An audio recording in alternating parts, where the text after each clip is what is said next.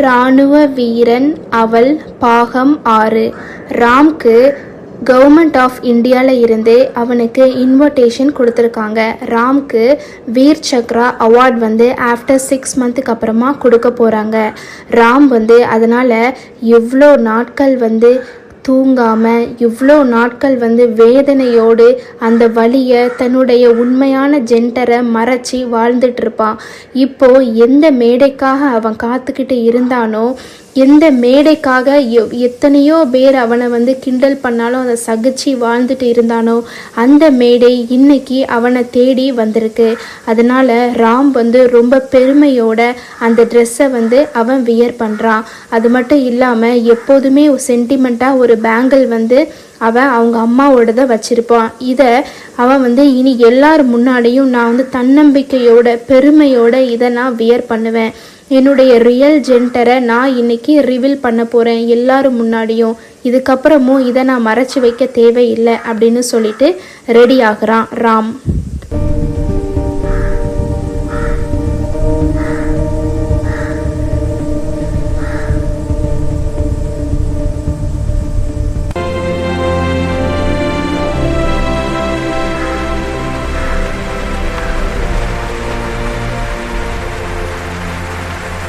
ராம் ஜனாதிபதி திரௌபதி முர்மு அவர்களுடைய கையினால் அவன் வீர் சக்ரா அவார்ட் ரிசீவ் பண்ணுறான். அவனுக்கு ரொம்பவும் பெருமையாக இருக்குது. இப்போது எந்த மைக்குக்காக எந்த மேடைக்காக அவன் காத்துட்டு இருந்தானோ அந்த மேடையில் இப்போது ஒரு எரிமலையாக வெடித்து செதறுதான் நம்மளுடைய ராம். என்ன சொல்கிறான் அப்படின்னா, அன்புள்ள மக்களே, அன்புடையவர்களே, நான் இன்று உங்கள் முன்பு இந்த விருதை பெறுவதில் நான் மிகவும் பெருமையாக நினைக்கிறேன். நமது நாட்டை காப்பாற்ற வேண்டும் என்ற நோக்கத்தில்தான் நான் இராணுவத்தில் பணியாற்ற ஆரம்பித்தேன். ஆனால் என்னை பற்றிய உண்மை ஒன்றை நீங்கள் அறியவில்லை. நான் ஒரு ஆண் அல்ல, நான் ஒரு திருநங்கை. ஆமாம், நீங்கள் கேள்விப்பட்டது சரிதான். நாங்கள் கடவுளின் படைப்புகளை ஒருவரே. நாங்கள் மோசமானவர்கள் அல்ல, மிருகங்கள் அல்ல.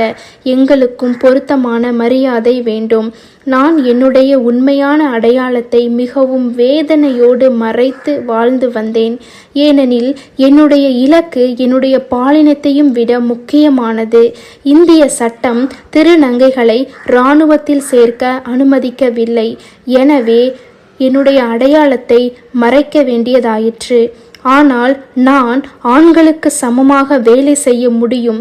எங்களுக்கு பெண்களின் மனதும் உள்ளது. நாங்கள் இரண்டில் ஒன்றாக இருப்பதில் எந்த ஒரு வெட்கமும் இல்லை. நாங்கள் தனித்துவமாக இருப்பினும் சிலர் அதில் அரசு உட்பட எங்களுக்கு ஆதரவு அளிக்கவில்லை. அதனால்தான் நான் என்னுடைய பாலினத்தை மறைத்தேன். நீங்கள் தெருவில் தர்மம் எடுக்கும் திருநங்கைகளை பார்த்திருப்பீர்கள். விபச்சாரிகளாக செயல்படும் திருநங்கைகளை பார்த்திருப்பீர்கள். இதற்கெல்லாம் காரணம் இந்த சமுதாயம் எங்களை ஏற்றுக்கொள்ளாததினால்தான். ஆனால் நான் உங்களுக்கு ஒன்று சொல்ல விரும்புகிறேன். நாங்கள் நமது நாட்டிற்காக உழைக்க தயாராக இருக்கிறோம். நாங்கள் ஆண்களின் வலிமையும் பெண்களின் இதயமும் கொண்டவர்கள். நாங்கள் நமது நாட்டை யாரும் காப்பாற்ற முடியாத அளவுக்கு நாங்கள் காப்பாற்ற முடியும். நான் நிறைய இளம் பெண்கள் அவர்களுடைய கணவனை வாழ்க்கையை தொடங்குவதற்கு முன்பே இழக்கக்கூடிய அந்த அபாய நிலையை நான் பார்த்து வருகிறேன். அந்த வாய்ப்பை எங்களுக்கு கொடுங்கள். நாங்கள் கருணையை விரும்பவில்லை. நாங்கள் நம் நாட்டின் முடிவுகளை நிரூபிக்க ஒரு வாய்ப்பை விரும்புகிறோம். நாங்கள் சிறந்தவர்கள் என்பதை சமுதாயம் ஏற்றுக்கொள்ளவில்லை என்றாலும் நாங்கள் அதை நிரூபிக்க விரும்புகிறோம். நாங்கள் நம் நாட்டின் சேவையை செய்ய விரும்புகிறோம். அமைதியை விரும்புகிறோம். நாங்கள் பெற்றோர்களால் நிராகரிக்கப்படுகிறோம். நண்பர்கள் இல்லை, குடும்பத்திலிருந்து வெளியேற்றப்படுகிறோம். எனவே தயவு செய்து எங்களை இராணுவத்தில் பயன்படுத்துங்கள். நாங்கள் இறந்தாலும் எங்களுக்கென்று அழுபவர்கள் யாரும் இல்லை. குறைந்தபட்சம் நாங்கள் மரியாதையான இழப்பை பெறுவோம். அப்படின்னு சொல்லிட்டு ராம் வந்து ரொம்பவும் ஆக்ரோஷமாக பேசுகிறான். நாங்கள் இராணுவத்தில் சேர ஒரு வாய்ப்பு கொடுத்தால் நாங்கள் நமது நாட்டை பாதுகாப்போம், குடும்பங்கள் மகிழ்ச்சியாக வாழும். எனவே தயவு செய்து எங்களுக்கு ஒரு வாய்ப்பை கொடுங்கள், சமுதாயத்தின் பார்வையை மாற்றுங்கள். நாங்கள் மரியாதைக்குரியவர்கள், நாங்கள் நமது நாட்டை காப்பாற்ற தயாராக உள்ளோம் அப்படின்னு சொல்லிட்டு ராம் வந்து அந்த மேடையில் எல்லாரும் முன்னாடியும் கம்பீரமாக பேசுகிறான். அங்கே இருக்க தலைவர்களை, மெயின் தலைவர்களை தவிர்த்து அங்கே இருக்கக்கூடிய பார்வையாளர்கள் எல்லாருமே வந்து ராம கைத்தட்டி வரவேற்கிறாங்க. திருநங்கைகள் கூட இந்த இராணுவத்தில் வந்து கண்டிப்பாக பணியாற்றலாம் அப்படின்னு சொல்லிட்டு எல்லாருமே வந்து கோஷமிடுறாங்க. இது வந்து நேரடி ஒரு பரப்பு அப்படிங்கிறதுனால உலகம் முழுவதும், நாடு முழுவதும் வந்து தெரியுது.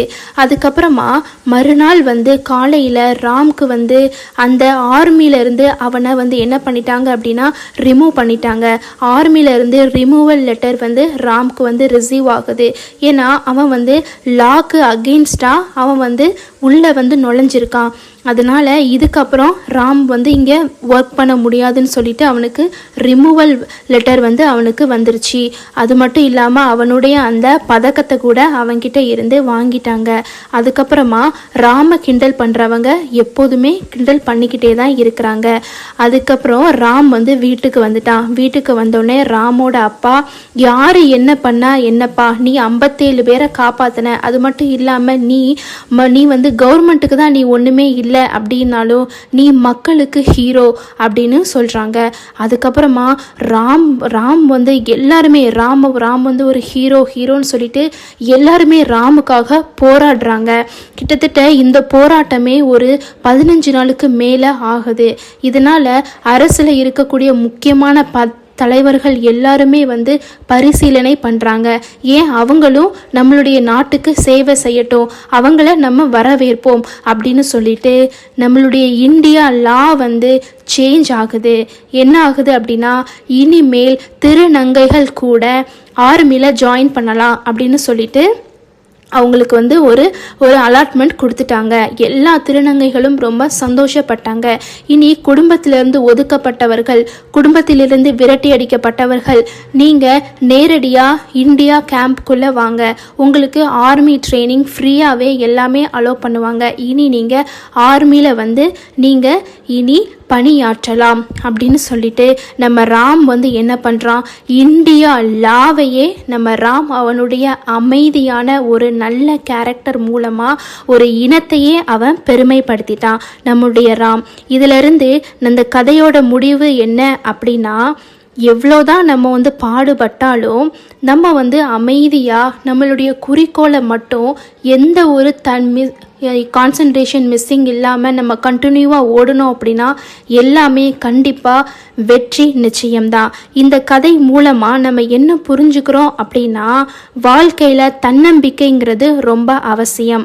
அது மட்டும் இல்லாமல் யாராவது நம்மளை கஷ்டப்படுத்தினாங்க, காயப்படுத்தினாங்கன்னா அதை நம்ம கண்டுக்கவே கூடாது. நம்மளுடைய வழியை நோக்கி நம்ம நடந்து போய்கிட்டே இருக்கணும்.